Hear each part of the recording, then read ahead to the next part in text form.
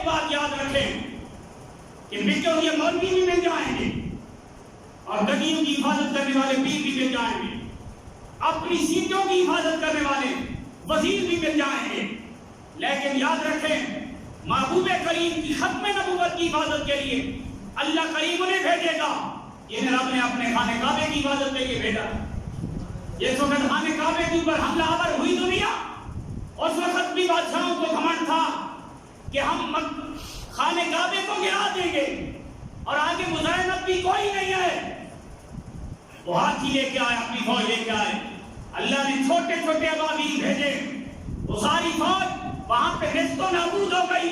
وہ تو صرف کعبے کی حفاظت کی بات تھی، اب تو کعبے کی حفاظت کی بات ہے، اب تو ختم نبوت کا معاملہ ہے، اب تو حضور کی ختم نبوت پہ پہرا دینے کی بات ہے، چاہے ساری دنیا بک جائے تب بھی حضور کی ختم نبوت پہ اللہ پہرا دینے کے لیے ابابیلوں کو بھیجے گا۔ یہ اپنی اپنی قسمت ہے، کوئی مولوی آگے بڑھے گی اس کی قسمت، کوئی پیر آگے بڑھے گی اس کی قسمت، کوئی وزیر آگے بڑھے گی اس کی قسمت، کوئی ممتاز قادری بن جائے گی اس کی قسمت، یار بندے کا اپنا نصیب ہے۔ لیکن یاد رکھیں حضور کی ختم نبوت کو سارا کفر مل کے بھی کچھ نہیں کر سکتا، کیونکہ یہ منصب اللہ نے اپنے محبوب کو عطا کیا ہے اور یہ حضور کے پاس ہی رہنا ہے۔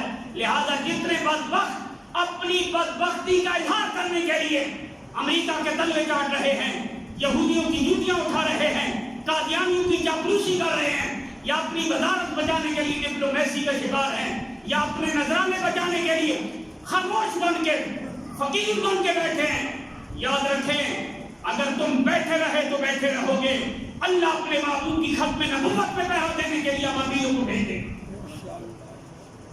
اس میں مت رہنا کہ اگر ہم آگے نہ بڑھے تو شاید یہ قانون اس طرح ہو جائے گا۔ مولویوں کے پاس کا کام نہیں ہے، یہ پیروں کے پاس کا کام نہیں ہے، یہ وزیروں کے پاس کا کام نہیں ہے، یہ اللہ کے محبوب کی ختم نبوت کا معاملہ ہے۔ جو پیر آگے بڑھے وہ بھی خوش نصیب، جو مولوی آگے بڑھے وہ بھی خوش نصیب، جو وزیر آگے بڑھے وہ بھی خوش نصیب۔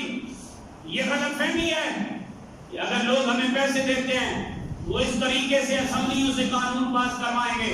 10,000 لوگوں نے اگر جانے دے کے یہ قانون پاس کروا لیا ہے نا تو کئی ہزار لوگ جانے دے کے اب تبدیل نہیں مانیں گے۔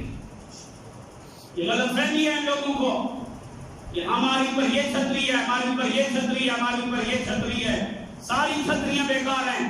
اگر کوئی چھتری کا علامت ہے تو صرف رسول اللہ کی چھتری ہے۔ لہٰذا اہل ایمان اپنے ایمان کو دیکھیں اور پرکھیں اس معاملے پہ آ کے کہ آج اگر حضور کی ختم نبوت پہ کوئی خطیب بولتا ہے تو ہمیں شرارت لگتی ہے، سیاست لگتی ہے، یا کوئی اور معاملہ لگتا ہے، یا ایمانی بات لگتی ہے۔ اگر کوئی بندہ مومن بولتا ہے تو ہمارا دل کیا کہتا ہے؟ جو دل میں جذبات اٹھے اس کے مطابق فیصلہ کر لیں، یا تمہارے دل میں کیا کیفیت پیدا ہوتی ہے؟ اگر تمہیں لگے کہ حضور کی ختم نبوت کے لیے ہر سب کچھ بات دینا چاہیے تو پھر یقین رکھ لے تمہارا ایمان کامل ہے، اور اگر تمہیں لگے یہ تو سیاست ہو گئی، یہ تو ہم کاری کچھ نہیں سکتے، ہم نے کب کہا ہے ہم کچھ کر سکتے ہیں؟ ہمارا کام ہوتا ہے صرف اللہ اور رسول کی آواز اٹھانا ہے۔ اللہ اپنے محبوب کی اس منصب کی حفاظت کے لیے خود اپنے فرشتے بھیجے گا۔ بدر میں فرشتے بھیجے ہیں، اللہ اپنے محبوب کے اس منصب کی حفاظت کے لیے خود حالات پیدا کرے گا۔ اہل ایمان کا کام صرف یہ ہے کہ وہ ڈٹ کے رہیں، زندگی ایک نہ ایک دن جانی ہے۔ یاد رکھیں اپنے ایمان کو محفوظ رکھنے کے لیے سب سے بہتر طریقہ یہ ہے کہ ختم نبوت کے لیے ذہنی طور پہ تیار رہیں۔ ہمیں اس ملک یا اس حکومت یا اس سیاست کا ہم نے کیا کرنا ہے کہ جس کو حضور کا حیا ہی نہیں ہے؟ آقا کریم صلی اللہ علیہ وآلہ وسلم کے منصب پر یہودیوں اور قادیانیوں کے اتنے نیچے لگ گئے ہیں کہ اب یہاں پہ قانون تبدیل کیا جا رہا ہے۔ یہ جو 74 میں قانون بنا ہے، 73 میں بنا ہے، تو چینج کرنے کے لیے جو پالیسیاں مرتب کی جا رہی ہیں، یہ اہل ایمان اٹھیں گے۔ اب آپ کا ایمان آپ کو اٹھنے میں مجبور کرے نہ کرے، یہ آپ کی ایمان کی پاور ہے، ورنہ اہل ایمان اب بھی اٹھیں گے، اور یہ جان اس کی قیمت ہی اس دن لگے گی جس دن حضور کے نام پہ یہ جائے گی۔ اس کی ویلیو اسی دن بنے گی جس دن یہ پیسہ، یہ وقت اور یہ جان حضور کے نام پہ جس اولاد نے، جس جان نے آقا کے کام نہیں آنا، وہ ہے کس کام؟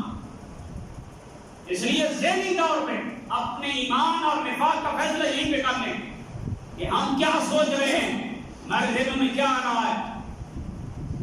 اللہ کا قیامت والے دن جب اٹھیں گے نا، اس وقت یاد رکھیں حضور کے نام پہ مرنے والے پہلی صفوں میں ہوں، حضور کے نام پہ جانے دینے والے آقا کریم صلی اللہ علیہ وآلہ وسلم ختم نبوت پہ بیعت دینے والے یہ میرا نشاء صاحب نے بیعت دیا ہے نا، کوئی مائی کلال آج تک ان کا نام نہیں ملا سکا۔